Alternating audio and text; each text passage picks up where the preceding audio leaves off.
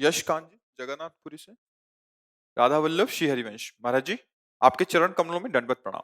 हे गुरुदेव, दास सर्वप्रथम आपका हृदय तल से आभारी है। आपने वो दिव्य प्रभु का मार्ग दिखाया है जिसे पाने की सामर्थ्य हमें कभी भी नहीं मिल सकती थी।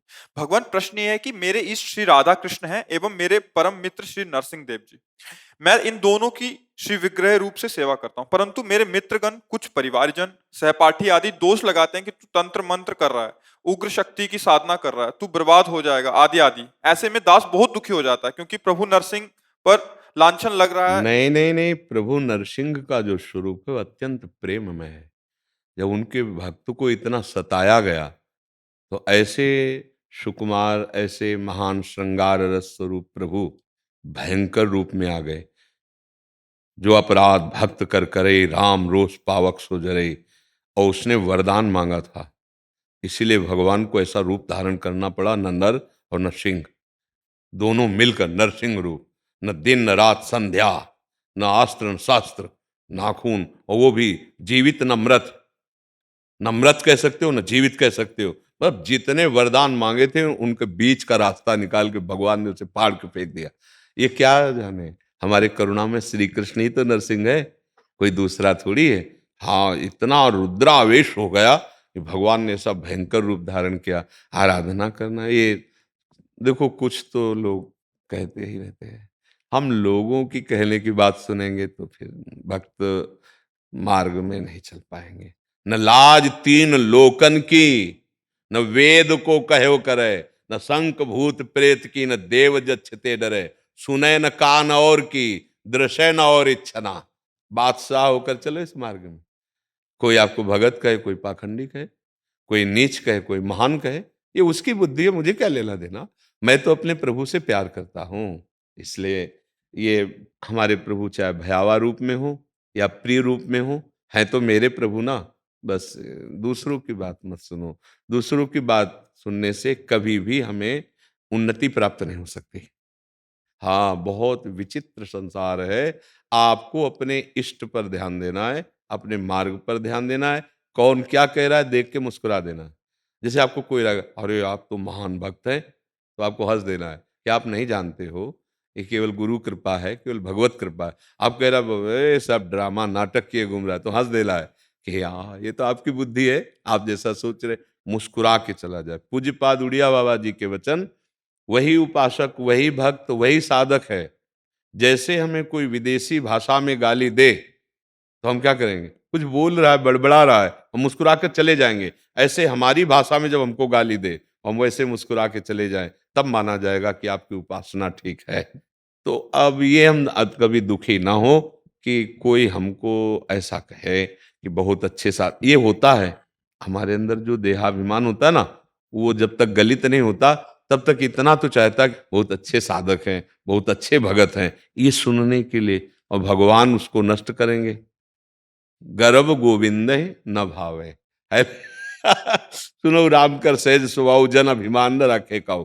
तो हमें जब कोई निंदा करता है, गाली देता है, तो हमें जो बुरा लगता है वो हमारे अहम को बुरा लगता है, और भगवान उसी पे चोट पहुंचा के उसे चूर करना चाहते हैं। तो इसलिए हमको मुस्कुराना है। अंदर हृदय जलेगा क्योंकि साधक हैं, अभी कोई सिद्ध तो हो नहीं गए। हम उस जलन को सहेंगे। यम ही न व्यथ्यंते पुरुषम पुरुषर्षभ, शम दुखा सुखाधीरम, सो अमृतत्वाय कल्पते। वो अमृत पद का अधिकारी हो जाता है जो सुख दुख लाभ हानि इनको सहता है, व्यथित नहीं होता। तो व्यथित होने की कोई, ऐसा नहीं कि आपको ही, नहीं नहीं, हर उपासक को ये प्रसाद मिलता है जो इस मार्ग में चलता है ना। हाँ, बड़े बड़े संकट, बड़े बड़े गालियां अपमान, सुख के सम्मान के और दुख के अपमान के, ये दोनों फूल चढ़ते हैं इस मार्ग में चल। बस अपने को सुख सम्मान से फूलना नहीं और दुख अपमान में भूलना नहीं कि हमारा मार्ग क्या है। मस्ती से चलो। अपनी मस्ती इतनी कमजोर नहीं होनी चाहिए कि किसी के कहने से हमारी मस्ती बढ़े या घटे। नहीं, हमारी मस्ती हरिजू से है, व्यक्ति से नहीं है। हाँ, बिल्कुल मजबूत होके चलो, ठीक है ना जी। सौरभ चौधरी जी पुणे महाराष्ट्र से। राधा वल्लभ सिंह। प्रार्थन गुरुदेव, आपके चरणों में कोटि कोटि प्रणाम। सतगुरुदेव भगवान, मैं आपकी शरण में हूँ और मेरे सारे तीर्थ और धाम वो वृंदावन में ही हैं, परंतु शरीर के माता पिता की मुझसे ये अपेक्षा है कि बद्रीनाथ, जगन्नाथ, पुरी आदि धाम में मैं उन्हें करवाऊं।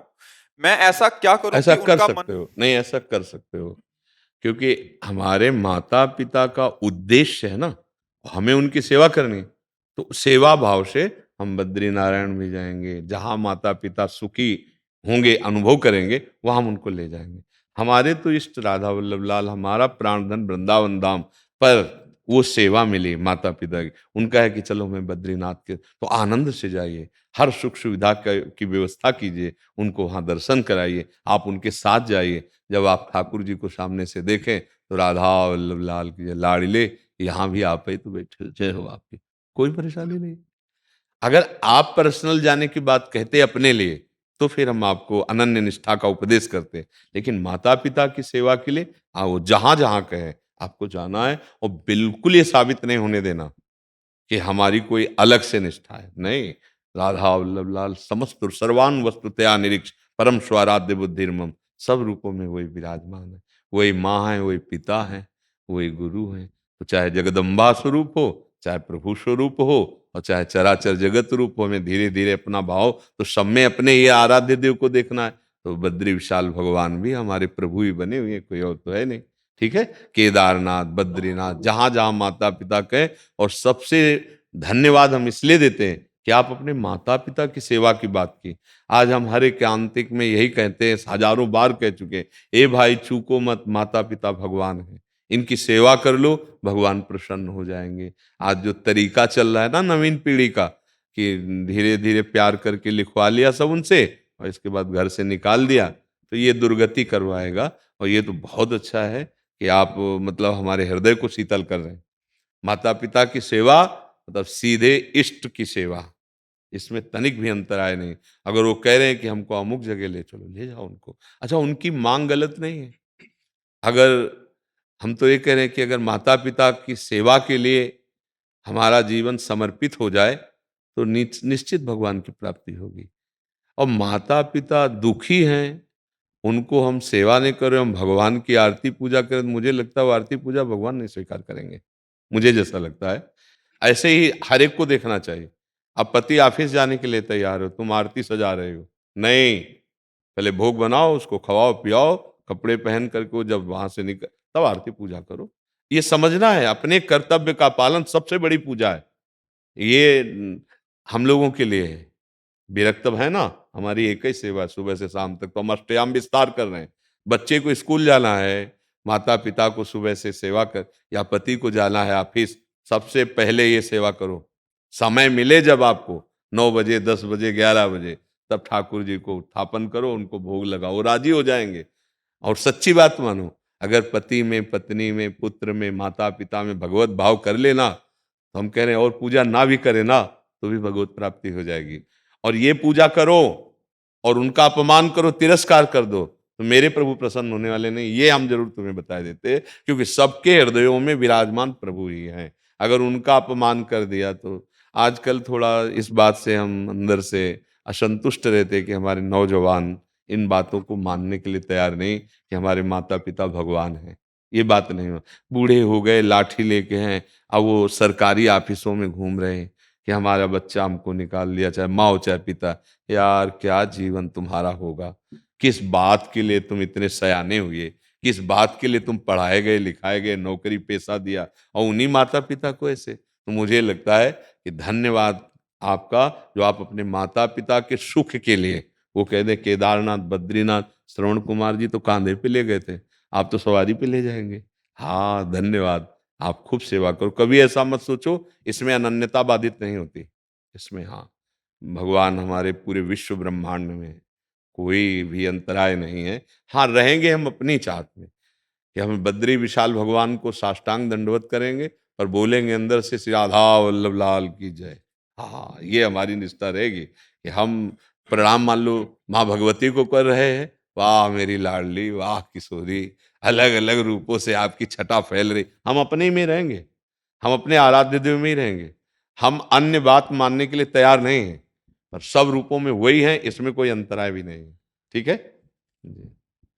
जितेंद्र शर्मा जी, ऑस्ट्रेलिया से। राधे राधे। जी। महाराज जी राधे राधे। महाराज जी, विदेश की कंफर्टेबल लाइफ से अटैच हो गया हूँ, वृंदावन में रहने कैसे आऊं, हम अपनी भक्ति को कैसे बढ़ाऊं? जरूरी है भक्ति करना, बात समझना। अगर यहाँ रहकर भक्ति नहीं हो रही, मनमानी आचरण हो रहे, तो मुझे लग रहा है कम ठीक रहेगा। उपजाऊ भूमि में बम्बुल बो दो तो बढ़िया जगेगा, और गन्ना बो दो तो बढ़िया जमे, दाख छोहारा बो दो तो ये उपजाऊ भूमि है। यदि यहाँ हमसे वही संसारिकता के पाप आचरण होते रहे तो बहुत कठिन हो जाएगा। तो हम इसलिए कहते हैं मत आओ, जब आपको समय मिले साल 2 साल में एक बार आ जाओ, दर्शन कर जाओ और सत्संग सुनो, और रात दिन जो सत्संग में सुना है उसे जीवन में उतार लो। तो तुम कहाँ हो? हाँ, ऑस्ट्रेलिया, मेलबर्न, हाँ, ऑस्ट्रेलिया में अच्छे, महाराज। वहां से वृंदावन दिखाई देगा पक्का। वृंदावन जड़ देश नहीं है, चिदानंद है। वही तुम्हारे आंखों के सामने झलकने लगेगा। और देखो यहाँ रहो और गंदे आचरण हो जाए, एक दूसरे के प्रति निंदा द्वेष आदि, तो हमें लगता है कि बस संसार ही नजर आएगा, प्रियालाल तो नजर नहीं आएंगे। अब मंदिर में भी जाओगे तो कोई संतोष नहीं होगा, इधर उधर दोष दर्शन होगा, और कहोगे यार वो अब समय नहीं रहा, क्योंकि दृष्टि आपकी बदल गई ना। और दूर देश से भाव करके भजन कर रहे हो, जब आपको समय मिले वृंदावन आए, 1-2 दिन यहाँ परिक्रमा की, दर्शन के, सत्संग सुने, और भर लिया अपने दिमाग में वृंदावन को। और वृंदावन को चिंतवन, यह दीप उर्बार, कोटि जन्म के अघ तमहि काट करे उजियार। वृंदावन का चिंतन, हम तो कई बार ये बताया कि 10 मिनट का काम है वृंदावन का चिंतन का। जैसे आए, अब जहां से तुम्हारा मन हुआ, टल्ला चुंगी या जहां से भी, प्रणाम किया वृंदावन को और परिक्रमा शुरू की। ऐसे करोगे 2 घंटा लगेंगे परिक्रमा शरीर से, और भर लो मन में, 5 मिनट में कर लेगा। अब हम केसी घाट पहुंच गए, अब हम उधर सुदामा कुटी पहुंच गए, अब हम उधर चामुंडा की तरफ, अब हम अटल्ला चुंगिया, अब हमारी परिक्रमा पूर्ण हुई। रोज फल मिलेगा परिक्रमा का। अब हम जा रहे हैं संत दर्शन के लिए, राधा केली कुंज में प्रवेश हो रहे हैं, ऐसे फिर वहां से ऐसे गए, फिर संत से मिले, जय हो महाराज, फिर यमुना जी का आचमन किया, अब जा रहे हैं बिहारी जी राधा वल्लभ के दर्शन। 10 मिनट में सब हो गया। और क्या कह रहे हैं, अगर ये चिंतन चल रहा है तो करोड़ों जन्मों के पाप नष्ट हो जाएंगे। वृंदावन को चिंतवन यह है। अगर हम वृंदावन में रह के वृंदावन का चिंतन नहीं कर रहे तो हम कहीं घाटे में हैं। वृंदावन बसिके इतनो बड़ो सयान, जुगल चरण के भजन बिन निमिष न दीजे जान। निमिष कहते हैं इसे पलक झपकने को। तो अगर वृंदावन आने को मिले, वृंदावन रहने को मिले, और वृंदावन में खूब भजन करें तो अहो भाग्य धन्य भाग। पर अगर हमें वृंदावन वास नहीं हो रहा तो हमारे धन्य भाग नहीं होंगे क्या? नहीं, हम वृंदावन का आश्रय लेंगे, वृंदावन का चिंतन करेंगे, श्यामा श्याम का नाम जप करेंगे, और ठीक से रहेंगे जैसा सत्संग में सुना जाता। तो आप कहीं भी हो, वृंदावन एक छोटा देश प्राकृतिक नहीं है, ये चिदानंद है। कहीं से भी आप वृंदावन को देख सकते हैं। जैसे कहो सो कहाँ, जहां प्रभु नाई। आप प्रभु का भजन करेंगे तो क्या आपको ऑस्ट्रेलिया में प्रभु नजर नहीं आएंगे? वही नजर आएंगे। आपको ऐसा लगेगा श्री कृष्ण प्रिया जो मेरे पास है, अनुभव में आएगा। और भजन न करो तो वृंदावन उनका घर है, यहां भी तुम्हारे पास अनुभव में नहीं आएंगे। आप पक्का समझ लो, देखो कहाँ अनुभव में आ रहे हैं। और ये उनका निज महल है, यहीं विहरण करते हैं, यहीं प्रियालाल हैं। ये हमारी बात अंदर की समझना। हमारे उर वृंदावन, और भगवत रसिक जी कह रहे हैं यहां जो वृंदावन प्रकाशित होगा वो चिंतन और भजन से। तो जो सत्संग सुनते हो वैसे आचरण करो, नाम जप करो, भजन करो। कोई समस्या है?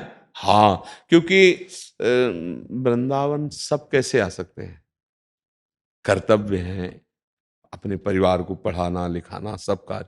ये तो मतलब अंतिम स्थिति की बात है कि भाई हमारे सारे कर्तव्य कर्म हो गए, अब जीवन यापन करना है, चलते हैं भाई वृंदावन वास करते हैं। देखो वो भी पूजा है।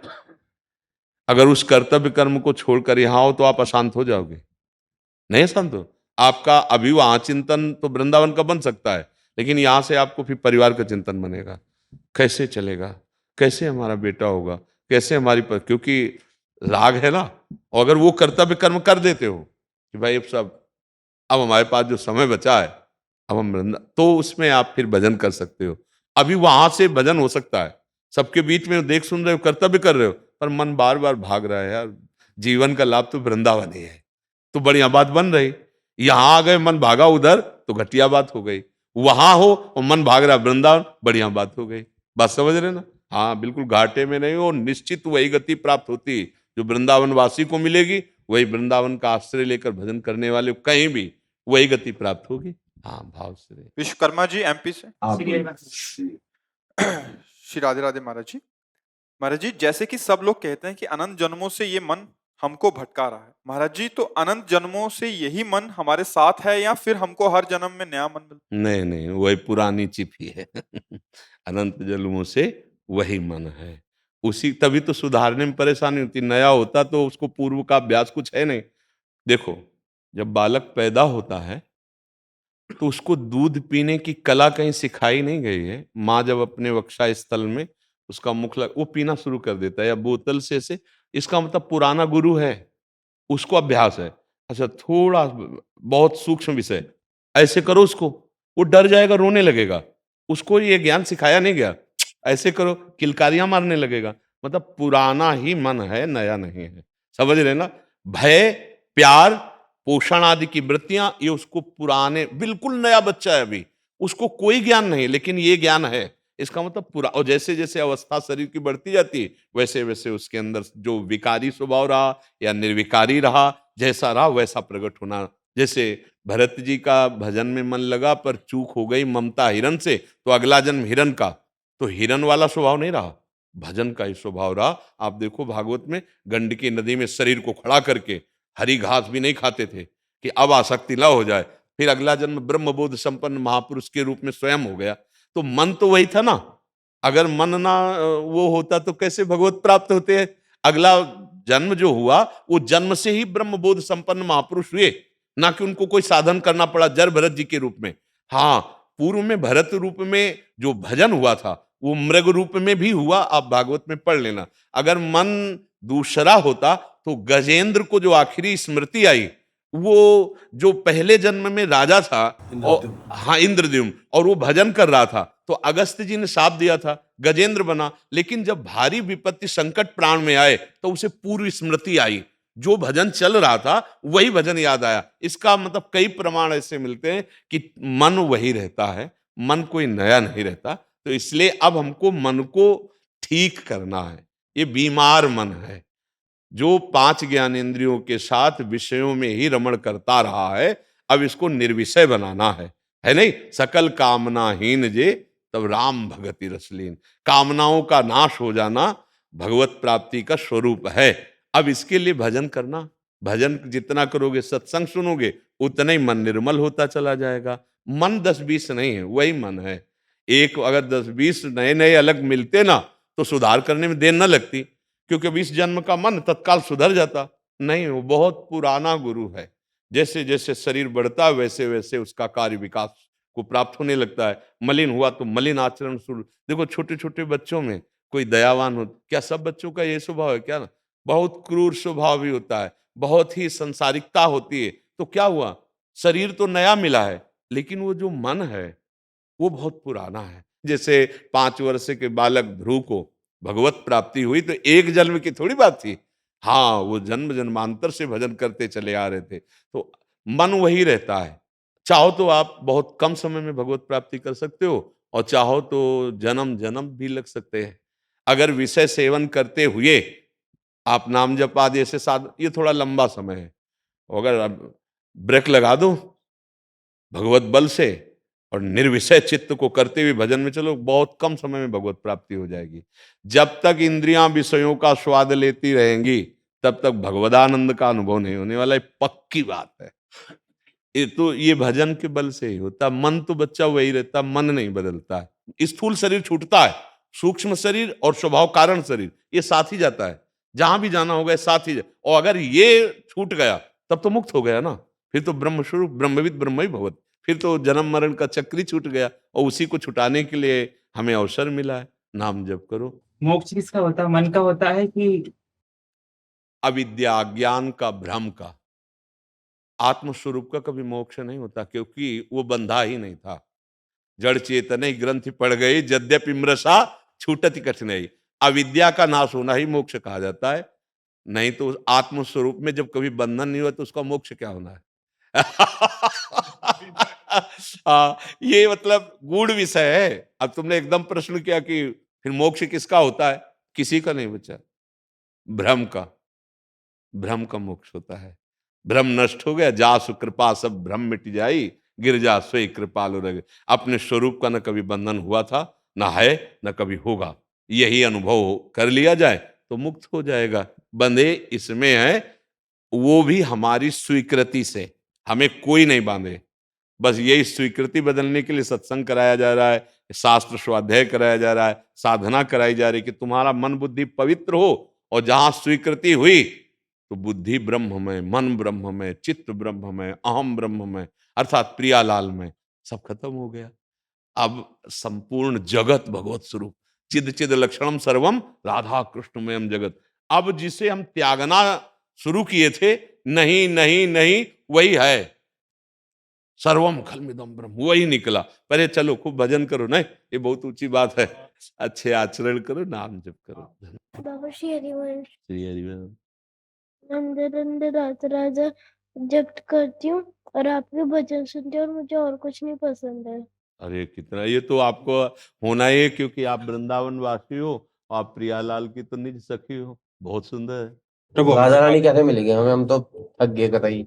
जन्म जन्म से कुत्ते बिल्ली कीड़े फकोड़े क्या क्या जन्म ले लिए महाराज जी। हाँ तो हम चिल्ला चिल्ला कहते हैं यदि राधा राधा राधा राधा हम ऐसा जपते रहे तो हमें श्री जी की प्राप्ति निश्चित होगी। चाहे भाव से जपे, कुभाव से, कैसे भी नाम मां मंगल करता है। देखो अपने लोगों का मन बहुत जन्मों से गलती करता चला रहा है, इस जन्म में भी वो गलती ही गलती करवाना चाहता है। तो अब एक आश्रय पकड़ लो कि हम गलत हैं या सही, हम राधा नाम नहीं छोड़ेंगे, तो राधा नाम आपका कल्याण कर देगा, आपका मंगल कर देगा। बस इसको पकड़ लो आप, राधा राधा राधा राधा, ठीक है ना। हाँ, और निराश मत होना।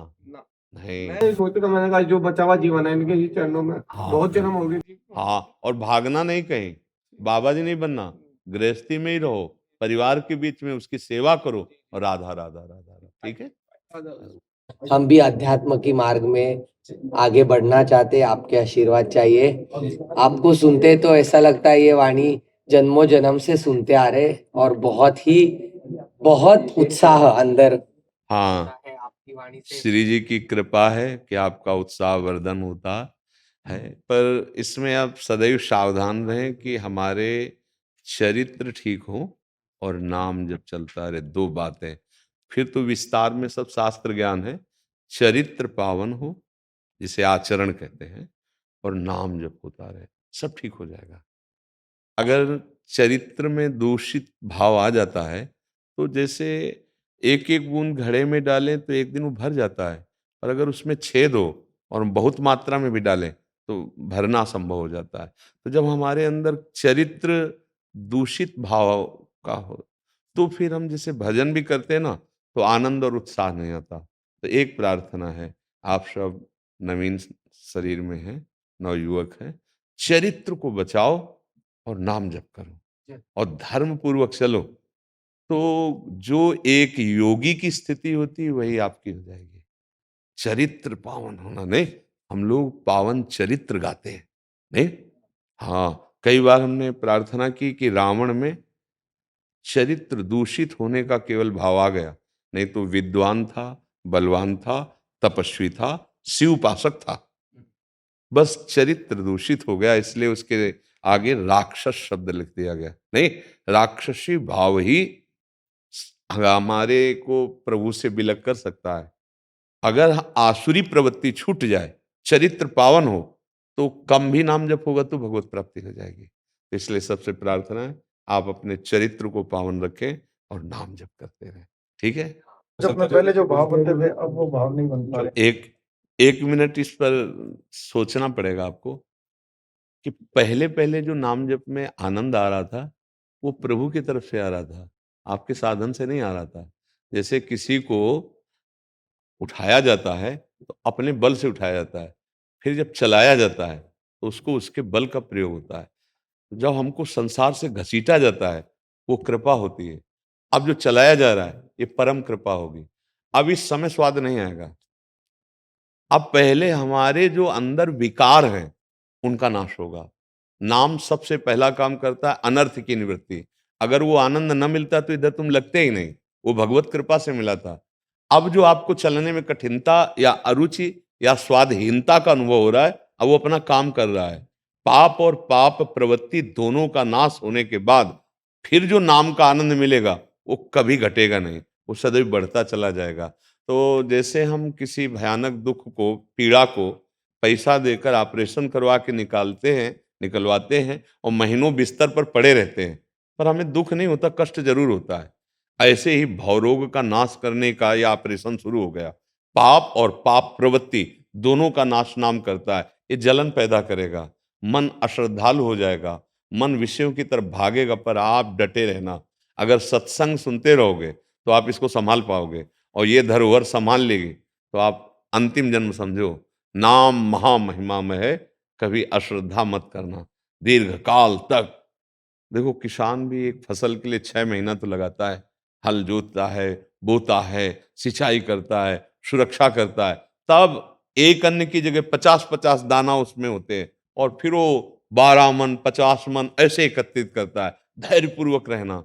एक साधारण कृषि वो समय लेती है, तो सच्चिदानंद भवरोग का नाश करके परम पद प्रदान करने में दीर्घकाल निरंतर सत्कार सेवितो दृढ़ भूमि, हिलना मत, डरना मत, उदास मत होला, सच्चिदानंद मार्ग है। ठीक है, हाँ, ये ऐसा आनंद आएगा कि आंसू बहने लगेंगे। आप चिंता मत करो, ये खाई हुई बात कह रहे हैं, केवल पढ़ी हुई बात नहीं कह रहे हैं, आप इसको समझ लेना। हाँ। Sweet. जब कर नाम जब के बाद में कबू कबू मनु छट जावे तो कबहू तो थोरो भजन, कबहू होत विशाल, मन को धीरज छुटे नहीं, गाहे न दूजी चाल। मन उचट जाता है तो मैं तो नहीं उचटता ना, तो मैं को आप संभालिए, मन को जाने दीजिए, कहाँ भाग के जाएगा। मन बिना हमारी स्वीकृति के कुछ भी नहीं कर सकता। एक खास बात समझना, वो बलात् हमसे दस्तखत करवाता है, ये खा लिया जाए, ये पी लिया जाए, ये भोग लिया जाए, ये सूंघ लिया जाए। ये बहुत जन्म भोगा, सूंघा, खाया पिया, अब इस बार लाडली लाल से मिलना है। कमर कस लो, अब इस बार लालन और लाडली से मिलना है। अगर ये हृदय में बात बैठ गई ना, तो भोग प्रसाद बन जाएंगे और मनुष्य जीवन सार्थक हो जाएगा। मन की भाग दौड़ में कितना भागोगे, बहुत जन्म भाग लिए, अब ब्रजरज में जन्म हुआ, ब्रजवासी हुए, तो ब्रजराज को भर नेत्र न देखे तो हम ब्रजवासी कैसे? बात समझ लिया? हाँ, और ब्रजराज के दर्शन का जो स्वरूप है वो प्रेम के बिना नहीं होता, और प्रेम बिना हमारी लाडली जू से नहीं, बिना लाडली जू की कृपा के नहीं प्राप्त होता। हाँ, लाडली जू लालजू के हृदय का मूर्तिमान प्रेम है। राधा किशोरी कृपा करें तो हमें वो नेत्र प्राप्त हो जिससे हम नंद नंदन का साक्षात्कार कर पाए, क्योंकि प्रेम नेत्र के बिना लालजू को हमारे नहीं देख सकते। हमारे जो लालजू हैं बिना प्रेम नेत्र के उनको नहीं देख सकते, और वो प्रेम बिना हमारी लाडली जू के प्राप्त नहीं होता। ललित रंगीली गाइए, ताते प्रेम रंग रस पाइए। जब हम राधा राधा लाडली लाडली महाराज की जय, तो वो अपने प्रीतम के दर्शन की योग्यता प्रदान करती हैं। प्रीतम लालजू महाराज जिनकी ध्यान वृत्ति भगवान शिव शनकादि करते हैं, उनको हम ईश्वर रूप में नहीं, अपने प्राण प्रीतम रूप में पाना चाहते हैं। ब्रजवासियों के लिए वो ईश्वर नहीं है, हाँ, तो ये जो प्रेम है, ये प्रेम ही प्रभु को विवश करता है। अब ये प्रेम लाडली जू के बिना नहीं मिलता, ये पक्की बात है। हमारी लाडली जू की कृपा के बिना आप हमारे लालजू के प्रेम स्वरूप का दर्शन नहीं पा सकते, जो सखा स्वरूप है। जैसे नित्य सखा हैं सूरदास जी, नंददास जी, परमानंद दास जी, ये सब बड़े बड़े महापुरुष है। ये कह रहे हैं हमारे जो लाडली जू के चरण है ना, वो नंद सुत मन मोदकारी, विरह सागर तरन, दास परमानंद छिन छिन, श्याम जिनकी शरण, धन धन राधिका के चरण। नंददास जी कह रहे चापत चरण मोहन लाल, कुंवरी राधे पलंग पौड़ी, सुंदरी नौ बाल, चापत चरण मोहन लाल।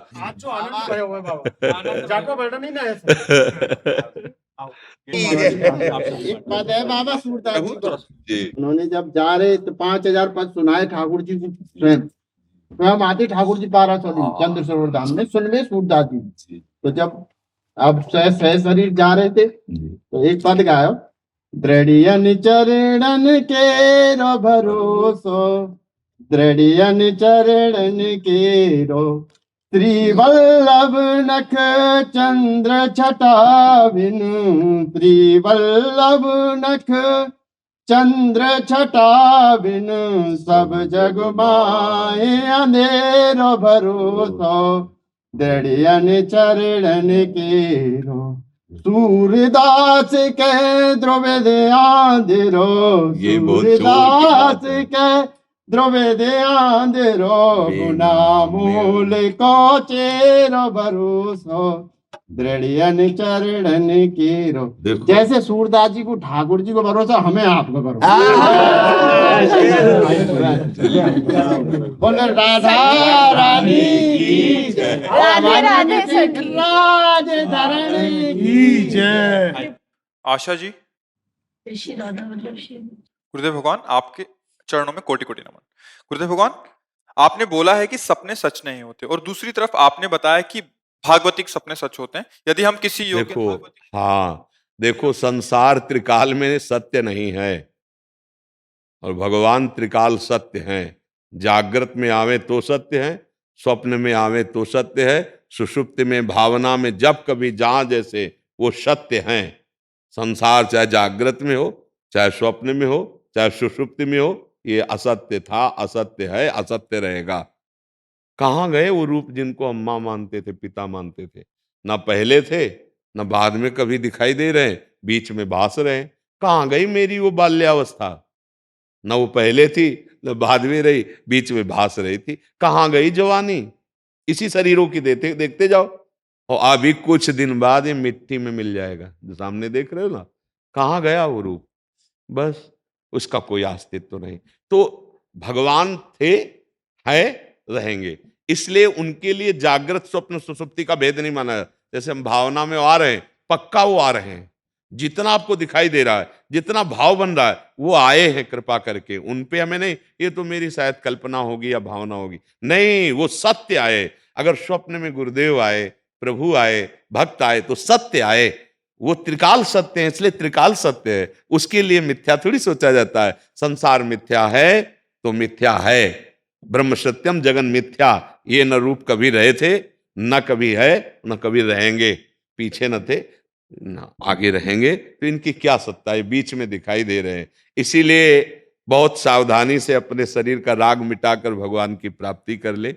यहाँ मतलब धोखे का खेल है। उमा काहू मैं अनुभव अपना, सत हरि भजल जगत सब सपना। तो इसलिए सपने में भगवान आ जाए तो बहुत बड़ी कृपा कर दी।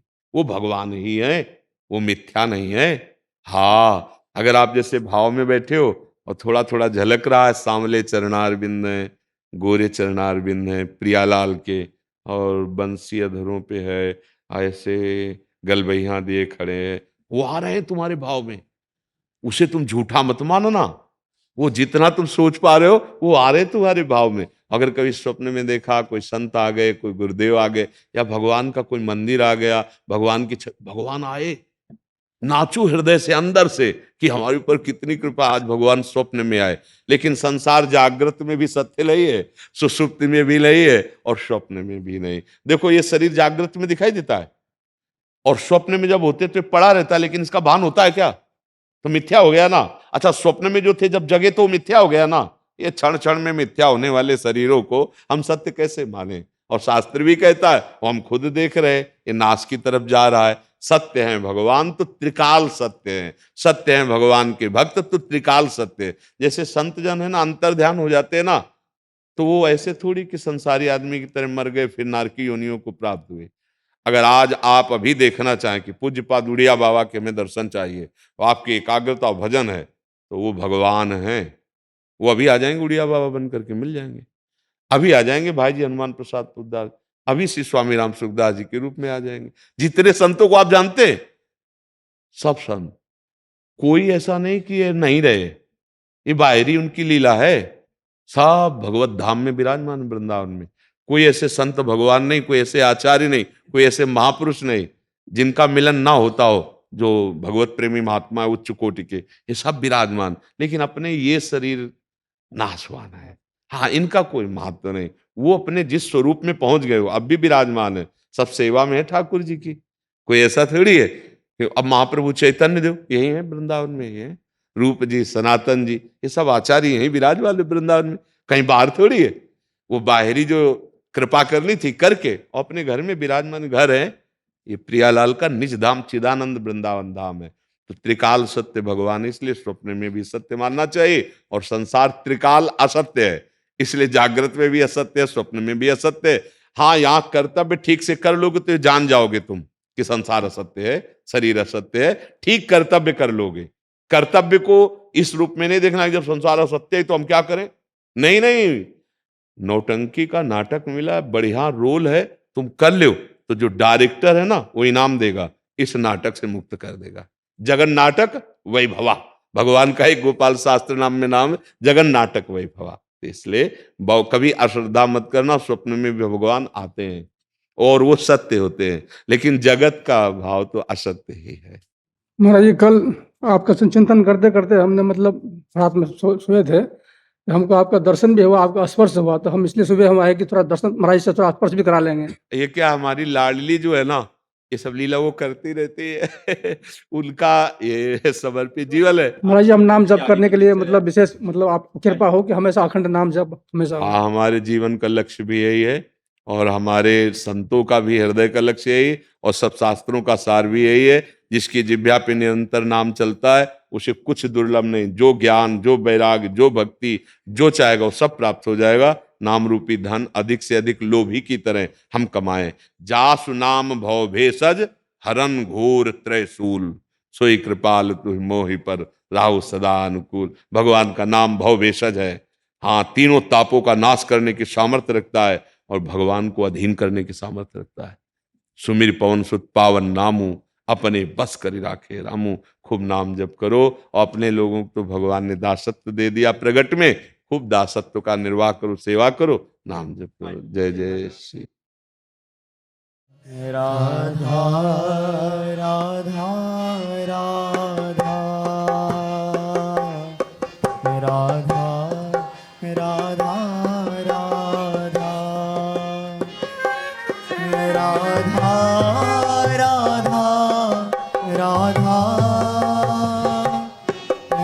राधा राधा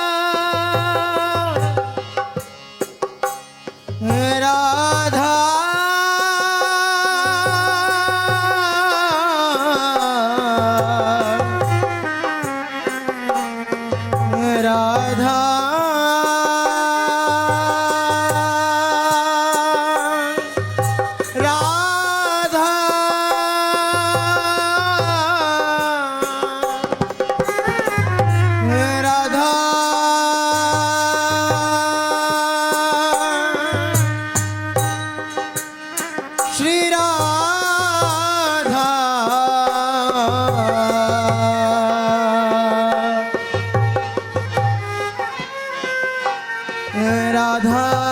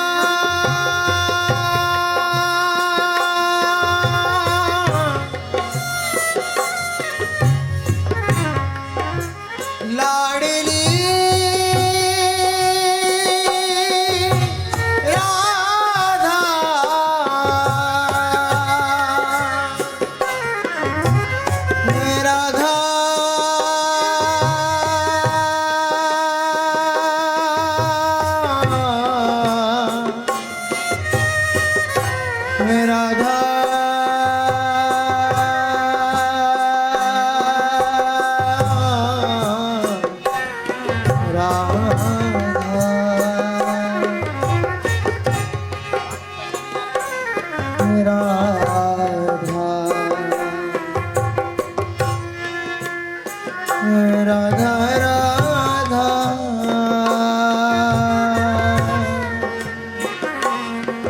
राधा राधा